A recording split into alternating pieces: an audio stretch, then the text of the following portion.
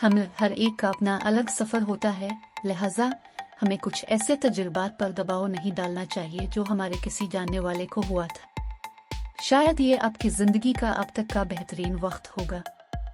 इसी तरह हमें दूसरे से ये नहीं पूछना चाहिए कि क्या मुझे हमल के दौरान जिस्मानी तौर पर मुतहर्रिक रहना चाहिए, आराम करना चाहिए।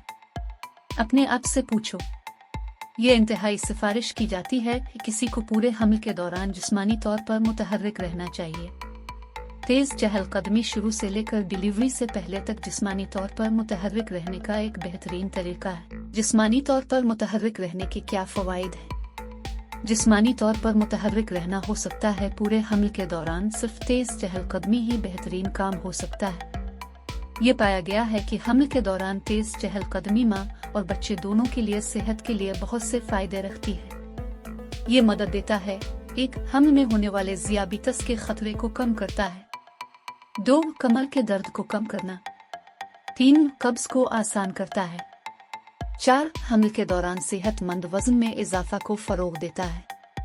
5. मशक्क़त के बेसाख्ता आगाज़ में मदद करता है, लिहाजा सीज़रीन डिलीवरी के खतरे को कम करना।